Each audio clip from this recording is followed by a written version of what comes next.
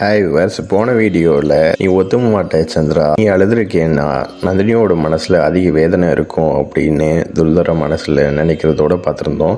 அடுத்த காட்சியில் நந்தினி சிறையில் இருக்கிறத காட்டுறாங்க. 2 பணிப்பெண்கள் நந்தினியை விடுதலை செய்ய போகிறாங்க. நந்தினி என்ன செய்கிறீங்க அப்படின்னு கேட்குறாங்க. உங்களை விடுதலை செய்யத்தான் போகிறோம் அப்படிங்கிறாங்க. அந்த நேரத்தில் நந்தினி ஹெலனா சொன்ன விஷயத்த நினச்சி பார்க்குறாங்க. வாழ்நாள் முழுவதும் சிறைச்சாலையில் இருக்கணும்னு ஹெலனா சொன்னா, ஆனால் இப்போ என்னத்துக்கு மனதை மாற்றிக்கிட்டா அப்படின்னு சொல்லிட்டு பணிப்பெண்கிட்ட ஹெலனா தான் என்னை விடுவிக்க சொன்னாங்களா அப்படின்னு கேட்குறாங்க. பணிப்பெண்ணும் யாருன்னு தெரியல, ஆனால் உங்களை விடுவிக்க சொன்னாங்க அப்படிங்கிறாங்க. இதை கேட்ட நந்தினியும் எனக்கு தெரிஞ்சாகணும், நீ விடுதலை செய்யணும்னு சொன்னது யாரு அப்படிங்கிறாங்க. அடுத்த காட்சியில மூராவை காட்டுறாங்க. அடுத்த காட்சியில பணிப்பெண் நந்தினி கிட்ட அது எங்களுக்கு தெரியாது, உங்களை பாதுகாப்பா உங்க குடும்பத்திட்ட ஒப்படைக்கணும் உங்களுக்கு உத்தரவு வந்திருக்கு, அதனாலதான் உங்களை விடுவிக்கிறோம் அப்படின்னு சொல்லிட்டு அந்த இடத்த விட்டு போறாங்க.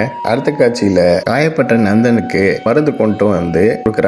அதை வாங்கின தனநந்தனும் அமைதியாட்ட கொடுத்து, மறக்க வேண்டாம், இவர் உயிரோட இருக்கிறது எனக்கு ரொம்ப முக்கியம், இவர் இருக்கிறது வேற யாருக்குமே தெரியக்கூடாது அப்படிங்கிறாரு. அதே நேரத்துல நந்தனுக்கு அமைச்சர் காயப்பட்ட இடத்துக்கெல்லாம் மருந்து போட்டு நந்தனை முழிக்க வைக்கிறாரு. நந்தன் முழிச்ச உடனே நந்தினி அப்படிங்கிறாரு. நந்தினின்னு கேட்ட உடனே தனநந்தனும் இந்த இடம் பாதுகாப்பானதா, இந்த இடத்துக்கு யாரும் வரமாட்டாங்களே அப்படின்னு அமைச்சர்கிட்ட கேட்ட உடனே அது உறுதின்னு சொல்ல முடியாது, இந்த இடத்துக்கு யார் வேணாலும் வருவாங்க, என்னோட உளவாளிகளும் சொன்னாங்க, மகதத்துல பரிபூர்ண அதிகாரத்தை சந்திரகுப்தன் எடுத்துக்கிட்டான், இது மட்டும் இல்லாம நாளைக்கு அவனுக்கு பட்டாபிஷேகம் நடக்க போகுது அப்படின்னு தனநந்தன்ட்ட அமைச்சர் சொல்றாரு. மகத சிம்மாசனத்திலையும் அவன் அமர போறான் அப்படின்னு சொன்ன உடனே தனநந்தனும் அதிர்ச்சி ஆகிறாரு. அந்த இடத்துல படுத்திருந்த நந்தனும் அதிர்ச்சியாகி எந்திரிக்கிறாரு. நீங்க ஓய்வு எடுக்கணும், எதுக்கு எந்திரிக்கிறீங்க அப்படிங்கிறாரு. என்னால் முடியாது, மகநாட்டு சிம்மாசனத்துல நந்த வம்சம் தான் எப்பயும் இருக்கணும் அப்படிங்கிறாரு. நந்தினி எப்படி இருக்கிறா அப்படின்னு நந்தன் கேட்ட உடனே நந்தினி பாதுகாப்பா தான் இருக்கிறா,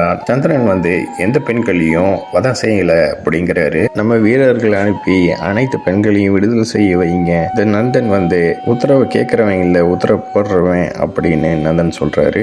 அதை கேட்ட அமைதியார், நீங்க இந்த நேரத்துல ஓய்வு தான் எடுக்கணும், ஆனா இந்த மாதிரி பிரச்சனையிலிருந்து வெளியே வர்றதுக்கு எனக்கு ஒரு யோசனை இருக்கு, சந்திரனுக்கு ராஜா விஷயம் பண்ணுறாங்க, ஆனா அதுக்கு முன்னாடியே தனநந்துக்கு ராஜா விஷயம் பண்ணிட்டா நந்தனோட வம்சம் உயிரோடு இருக்கு தெரிஞ்சிடும் அப்படிங்கிறாரு. இதை கேட்டு தனநந்தனும் யோசிக்கிறாரு. அமைச்சர் ராஜா விஷயம் நடந்த உடனேயே தனநந்தன் ராஜாவா ஆவாரு, அதுக்கப்புறம் மற்ற ராஜாக்களோட உதவியை நம்ம நாடி சந்திரன்ட்ட மறுபடியும் போர் புரியலாம், என்னை அனுமதிப்பீங்களான்னு அமைச்சர் கேட்ட உடனே அனுமதிக்கிறேன் அப்படின்னு சொல்லிட்டு நந்தன் ரத்தத்தால வெற்றி திலங்க மாதிரி வைக்கிறாரு. அதுக்கப்புறம் அங்க இருக்கிற வீரர்கள் எல்லாமே அரசர் தனநந்தன் வாழ்க அப்படின்னு வாழ்க கோஷம் போடுறாங்க. நம்ம எல்லாருமே ஒரே இடத்துல இருந்தா நம்மள சுலபமா கண்டுபிடிச்சிருவாங்க, நம்ம ஒவ்வொருத்தரும் பாதுகாப்பா வெவ்வேறு இடத்துக்கு போகணும் அப்படின்னு சொல்றாரு. இதை கேட்ட நந்தனும் சரி நம்ம வேற வேற இடத்துக்கு போகலாம், அல்ல சில பேரு மாறு இடத்துலயும் போய் நம்மளுக்கு ஆதரவு கிடைச்ச உடனே அந்த சந்திராட்ட போர் தொடுக்கலாம் அப்படிங்கிறாரு. அடுத்த காட்சியில சாணக்கியர் காமிக்கிறாங்க. அந்த இடத்துல